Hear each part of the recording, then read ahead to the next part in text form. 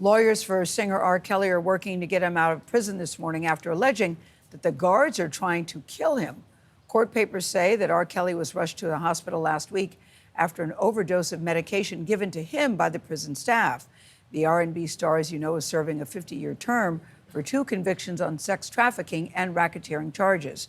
Jericka Duncan is here with more on these explosive allegations.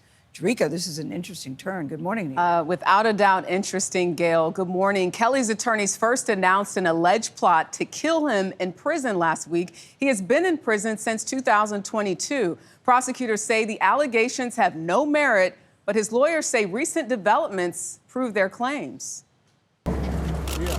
R. Kelly's attorneys say there is no doubt that prison officials want him dead. According to the new court motion, R. Kelly was in solitary confinement against his will and provided with his usual anxiety and sleep medication on June 12th. The next morning, he allegedly lost consciousness and was taken by ambulance to a nearby hospital. The filing claims Kelly had been administered an overdose quantity of his medications that threatened his life and required hospitalization for 2 days. Kelly's attorneys say the alleged drugging was in response to their previous claims of the deadly conspiracy by prison officials. The filing also states the hospital found blood clots in Mr. Kelly's legs and lungs that would require surgery and an extended stay in the hospital with blood thinners. But his lawyers allege officers with guns came into his hospital room and removed Mr. Kelly. He was taken from the hospital against his will and against the directives of the doctors. They added he could die from this condition, and they are letting it happen. The embattled singer was convicted of sex trafficking and racketeering in New York and Chicago in 2021 and 2022. But before his convictions, he spoke to Gayle King in 2019, adamantly denying the allegations against him. Believe me, man, this is not me. They lying on me. They're lying on me. I'm cool, bro. I'm cool. I'm good. I'm not afraid because I'm telling the truth.